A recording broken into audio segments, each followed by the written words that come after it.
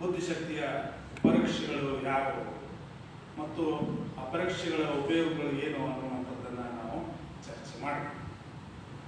In last class we have discussed about tests of intelligence and uses of intelligence tests. ಇವುಗಳನ್ನು ಚರ್ಚೆ ಮಾಡಿದ್ವಿ. ಇವತ್ತು ಮುಂದಿನ ಭಾಗ ಎಮೋಷನಲ್ ಇಂಟೆಲಿಜೆನ್ಸ್ ಅಂದರೆ ಎಮೋಷನಲ್ ಇಂಟೆಲಿಜೆನ್ಸ್ ಸಂವೇಗಾತ್ಮಕ ಬುದ್ಧಿಶಕ್ತಿ ಅಂತೇಳಿ ಕರೀತಾರೆ.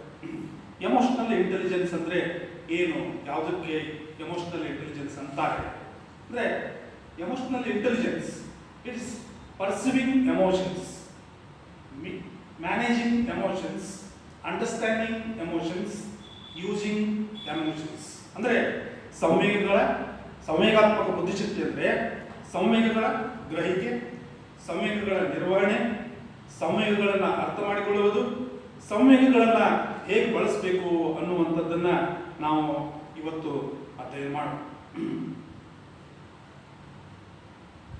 Emotional intelligence often measured as an emotional quotient. It is described as ability to monitor, access, express and regulate one's own emotions, the capacity to identify, interpret and understand others' emotions and the ability to use this information to guide one's thinking and actions. ಇಲ್ಲಿ ಸಂವೇಗಾತ್ಮಕ ಬುದ್ಧಿಶಕ್ತಿ ಎಂಬುದು ಹಲವು ಗುಣಗಳ ಸಂಕಲನ ರೂಪವಾಗಿದ್ದು ನಮ್ಮ ಜೀವನದ ಭಾವನಾತ್ಮಕ ಅಂಶಗಳಿಗೆ ಸಂಬಂಧಪಟ್ಟಿದೆ. ಜೊತೆಗೆ ತನ್ನದೇ ಭಾವನೆಗಳನ್ನು ಗುರುತಿಸಿ ನಿಯಂತ್ರಿಸುವುದು, ಹತ್ತಿಕ್ಕುವುದು ಮತ್ತು ಇತರರ ಭಾವನೆಗಳನ್ನು ಅರ್ಥ ಮಾಡಿಕೊಂಡು ಅವರ ಜೊತೆ ಒಳ್ಳೆಯ ಬಾಂಧವ್ಯ ವೃದ್ಧಿ ಮಾಡಿಕೊಳ್ಳುವುದೇ ಸಂವೇಗಾತ್ಮಕ ಬುದ್ಧಿಶಕ್ತಿ ಅಂತೇಳಿ ಕರೀತಾರೆ. ಸಂವೇಗಾತ್ಮಕ ಬುದ್ಧಿಶಕ್ತಿ emotional intelligence. The term emotional intelligence appears to have originated with Van Pane in 1986, but it was popularized by Daniel Goleman, who has published several books and articles about emotional intelligence. Research has been done on the concept of emotional intelligence by the pioneering work of Peter Salovey and John Mayer in late 1980s. The concept of emotional intelligence was introduced by Mayer and Salovey. ಈ emotional intelligence ಅನ್ನುವಂಥದ್ದನ್ನು ಮೊದಲಿಗೆ van ಪ್ಯಾನೆ ಅನ್ನುವಂಥವರು originate ಮಾಡಿದಂಥದ್ದು ಅದು 1976ರಲ್ಲಿ. ಆದರೆ ಇದನ್ನು ಜನಪ್ರಿಯಗೊಳಿಸಿದವರು ಯಾರು ಅಂತಂದರೆ Daniel Goleman ಅನ್ನುವಂಥವರು ಇದನ್ನು popular ಮಾಡಿದರು. ಇದ್ರ ಮೇಲೆ ಸಾಕಷ್ಟು ಬುಕ್ಗಳನ್ನು ಆರ್ಟಿಕಲ್ಸನ್ನು ಯಾರು ಡೇನಿಯಲ್ ಗೋಲ್ಮನ್ ಅವರು ಬರೆದರು. ಇದ್ರ ಜೊತೆಗೆ ಇದ್ರ ಮೇಲೆ ಪೀಟರ್ ಸಾಲ್ವೆ ಮತ್ತು ಜಾನ್ ಮೇಯರ್ ಅನ್ನುವಂಥವರು 1980ರಲ್ಲಿ ಈ ಎಮೋಷನಲ್ ಇಂಟೆಲಿಜೆನ್ಸ್ ಸಂವೇಗಾತ್ಮಕ ಬುದ್ಧಿಶಕ್ತಿ ಅನ್ನುವಂತಹ ಅದರ ಮೇಲೆ ಮೊದಲ ಬಾರಿಗೆ ಈ ಸಂಶೋಧನೆಯನ್ನು ಮಾಡಿ ಇದನ್ನ ಪರಿಚಯಿಸಿದವರು ಯಾರು ಅಂತಂದ್ರೆ ಮೇಯರ್ ಮತ್ತು salve. Emotional quotient is used to express emotional intelligence. ನೋಡಿ, ಸಂವೇಗಾತ್ಮಕ ಬುದ್ಧಿಶಕ್ತಿ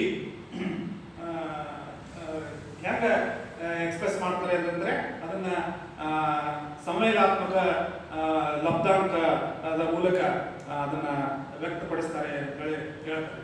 Some of the key characteristics and abilities of emotional intelligence are characteristics and abilities of emotional intelligence. One is self awareness ಅಂದ್ರೆ knowing one's own emotions, ಅಂದ್ರೆ ತಮ್ಮನ್ನು ತಾವು ತಿಳಿದುಕೊಳ್ಳುವಂಥದ್ದು. ಎರಡನೇದು mood management, handling feelings so that they irrelevant to current situation and reacting appropriately. ಇಲ್ಲಿ ತಮ್ಮನ್ನು ತಾವು ಅರ್ಥ ಮಾಡಿಕೊಳ್ಳುವುದು ಜೊತೆಗೆ ತಮ್ಮ ಫೀಲಿಂಗ್ಸ್ ಅನ್ನು ಅರ್ಥ ಮಾಡಿಕೊಳ್ಳುವುದು ಮತ್ತು ಅವುಗಳನ್ನ ಅಸಂಬದ್ಧವಾದಂತಹ ವಿಚಾರಕ್ಕೆ ಬಿಟ್ಟು ಸದ್ಯದ ಪರಿಸ್ಥಿತಿಗೆ ಏನು ಅದಾವೆ ಅನ್ನುವಂಥದ್ದಕ್ಕೆ ನಾವು ರಿಯಾಕ್ಟ್ ಮಾಡುವಂಥದ್ದನ್ನ ಏನಂತಾರೆ ಮೂಡ್ ಮ್ಯಾನೇಜ್ಮೆಂಟ್. ಅಂದ್ರೆ ನಮ್ಮ ಮೂಡನ್ನ ಉಪಭಾವ ಸ್ಥಿತಿಯನ್ನ ನಾವೇನ್ ಮಾಡಬೇಕ್ರಿ ನಮ್ಮ ನಿಯಂತ್ರಣದಲ್ಲಿ ಇಟ್ಟುಕೊಳ್ಳುವಂಥದ್ದು ಅಂತ ಹೇಳ್ತಾರೆ.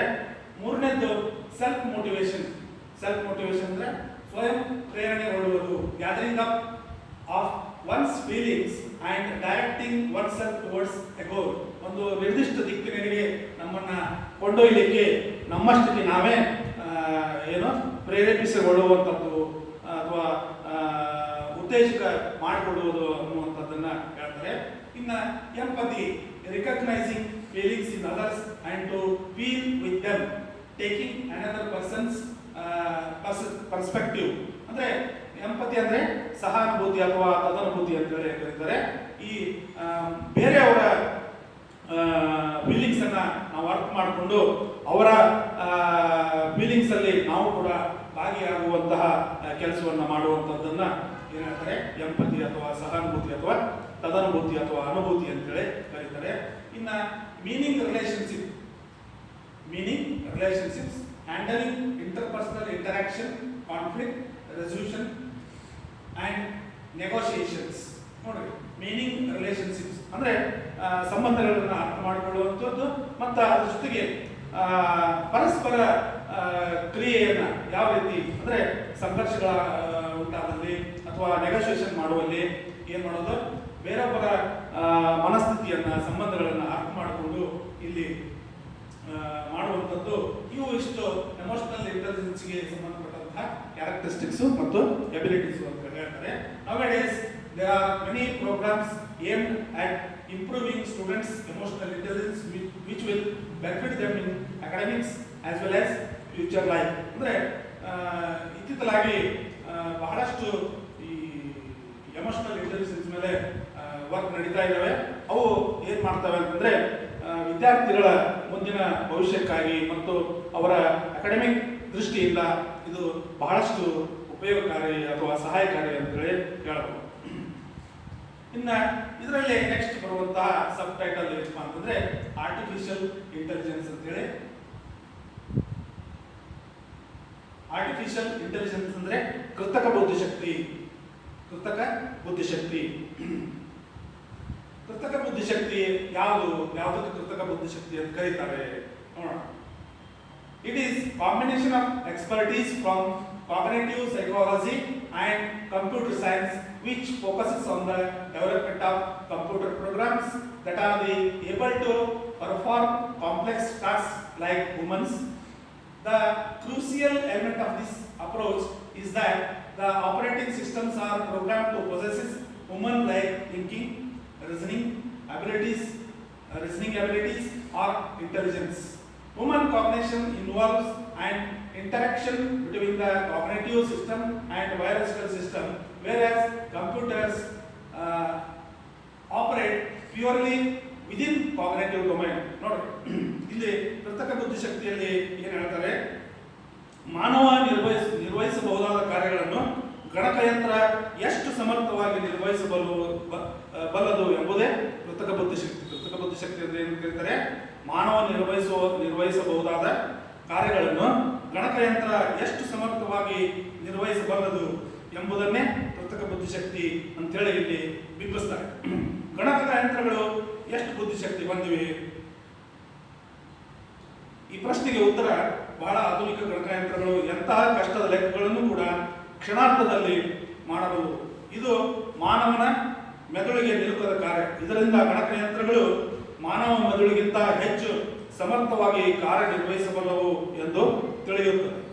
ಆದರೆ ಗಣಕಯಂತ್ರಗಳು ಮಾಡುವ ಕೆಲಸಗಳು ಪುನರಾವೃತ್ತಿ ಕೆಲಸಗಳಾಗಿರುತ್ತವೆ. ಮಾನವನಷ್ಟು ಅರ್ಥಪೂರ್ಣವಾಗಿ ವಿವಿಧ ಆಯಾಮಗಳಲ್ಲಿ ಯೋಚಿಸಿ ಗಣಕಯಂತ್ರಗಳು ಕಾರ್ಯನಿರ್ವಹಿಸಲಾರವು. ಆದರೆ ಇತ್ತೀಚೆಗೆ ಅಮೆರಿಕದ ಮ್ಯಾಸಚೂಸೆಟ್ಸ್ ವಿಶ್ವವಿದ್ಯಾಲಯದ ತಾಂತ್ರಿಕ ವಿಜ್ಞಾನ ಸಂಸ್ಥೆಯು ಮಾನವನ ಜೊತೆ ಅರ್ಥಪೂರ್ಣವಾಗಿ ವರ್ತಿಸುವ ಕಿಸ್ಮತ್ ಎಂಬ ರೋಬೋಟ್ ಒಂದನ್ನು ರೂಪಿಸಿದ್ದಾರೆ. ಮಕ್ಕಳು ಹೇಗೆ ಸಂವಹನ ಮಾಡುವುದನ್ನು ಕಲಿಯುತ್ತಾರೆ ಎಂಬುದನ್ನು ಸ್ಫೂರ್ತಿ ಪಡೆದು ಕಿಸ್ಮತ್ ರೋಬೋಟ್ಗಳನ್ನು ಸಿದ್ಧಪಡಿಸಲಾಗಿದೆ. ಕಿಸ್ಮತ್ ಮಾನವರ ಜೊತೆ ಭಾವನಾತ್ಮಕ ವರ್ತನೆ ತೋರುವಂತೆ ನಮ್ಮದೇ ಭಾವನೆಗಳನ್ನು, ಪ್ರೇರಣೆಗಳನ್ನು ಪ್ರತಿಬಿಂಬಿಸುವ ಪ್ರೇರಣಾ ವ್ಯವಸ್ಥೆಯನ್ನು ಕಿಸ್ಮತ್ಗೆ ಅಳವಡಿಸಲಾಗಿದೆ. ಇದರಿಂದ ಕಿಸ್ಮತ್ ಸಮತೋಲನವನ್ನು ಕಾಪಾಡಿಕೊಳ್ಳುತ್ತದೆ ಮತ್ತು ರೋಬೋಟ್ ವರ್ತನೆಗಳನ್ನು ಕಲಿಯುವಂತೆ ಪ್ರೇರೇಪಿಸುತ್ತದೆ. ಇದರಿಂದ ಮಾನವ ಮುಖ್ಯರೆ ಮೂಲಕ ವ್ಯಕ್ತಪಡಿಸುವ ಭಾವನೆಗಳನ್ನು ಕಿಸ್ಮತ್ ಕೂಡ ತನ್ನ ಯಜಮಾನ ಆದೇಶದಂತೆ ವ್ಯಕ್ತಪಡಿಸ್ತತಿ ಅಂತೇಳಿ ಇಲ್ಲಿ ಹೇಳ್ತಾರೆ.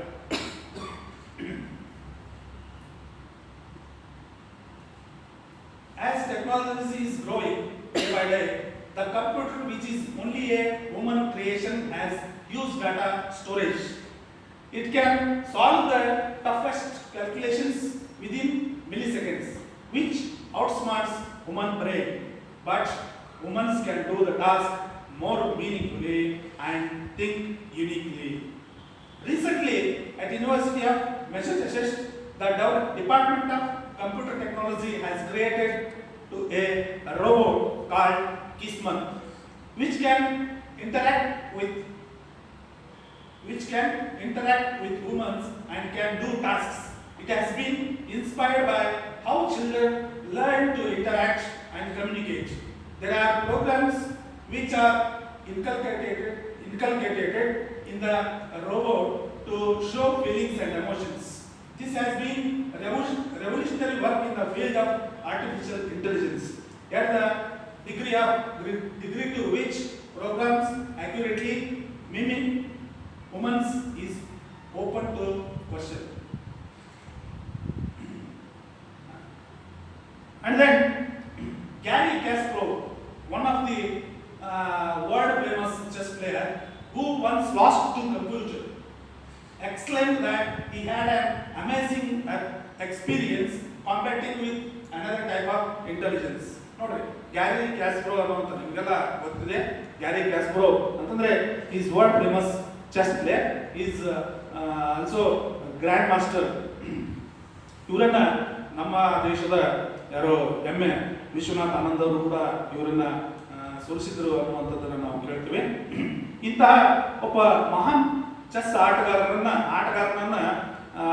ಅವರು ಒಂದ್ಸತಿ ಕಂಪ್ಯೂಟರ್ ಜೊತೆಗೆ ಇಲ್ಲ ಕಂಪ್ಯೂಟರಲ್ಲಿ ಈ ಚೆಸ್ ಗೇಮನ್ನು ಆಡ್ತಾರೆ. ಅಲ್ಲಿ ಲೆವೆಲ್ಸ್ ಇರ್ತವೆ, ಬೇರೆ ಬೇರೆ ಲೆವೆಲ್ ಮೇಲೆ ನಾವು ಆಡ್ತಾ ಹೋಗ್ಬೇಕು. ಹೇಗೆ ನಾವು ಅದ್ರ ಜೊತೆಗೆ ಗೆಲ್ತಾ ಹೋಗ್ತೀವಿ, ಹಾಗೆ ಲೆವೆಲ್ಗಳನ್ನು ಹೆಚ್ಚು ಮಾಡ್ತಾ ಹೋದ್ರೆ ಅದು ತನ್ನ ಲೆವೆಲನ್ನು ಹೆಚ್ಚು ಮಾಡ್ಕೊಳ್ತಾ ಹೋಗ್ತದೆ. ಅಂತ ಸಂದರ್ಭದಲ್ಲಿ ಒಂದ್ಸತಿ ಗ್ಯಾರಿ ಕ್ಯಾಸ್ಪರೋವ್ ಏನ್ ಮಾಡ್ತಾರೆ, ಕಂಪ್ಯೂಟರ್ ಜೊತೆಗೆ ಸೋತ್ ಬಿಡ್ತಾರೆ.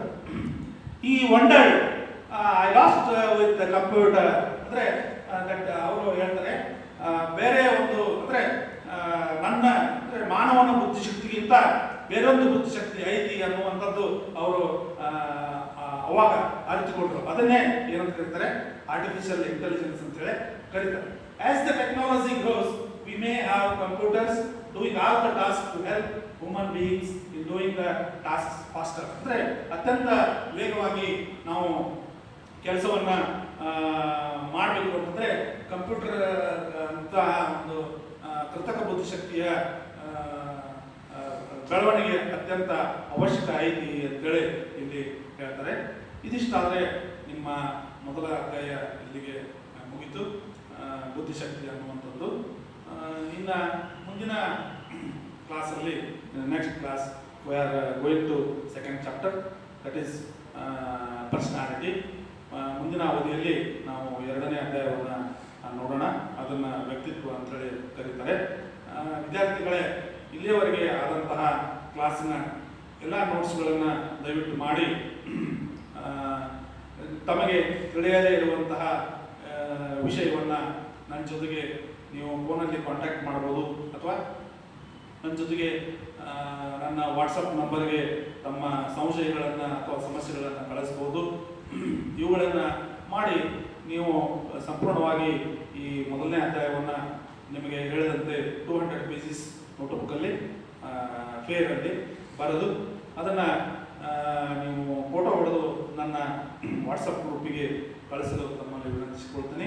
ಏನಾದರೂ ಸಂಶಯಗಳಿದ್ದರೆ ದಯವಿಟ್ಟು ನನ್ನನ್ನು ಪ್ರಶ್ನಿಸಿ ಅಥವಾ ಕೇಳಿ ತಮ್ಮ ಸಮಸ್ಯೆಗಳನ್ನು ಪರಿಹಾರ ಮಾಡಿಕೊಳ್ಳ್ರಿ ಅಂತೇಳಿ ತಮ್ಮಲ್ಲಿ ಮತ್ತೊಮ್ಮೆ ಕೇಳ್ಕೊಳ್ತಾ ಇವತ್ತಿನ ಕ್ಲಾಸನ್ನು ನಾನು ಮುಗಿಸ್ತೀನಿ.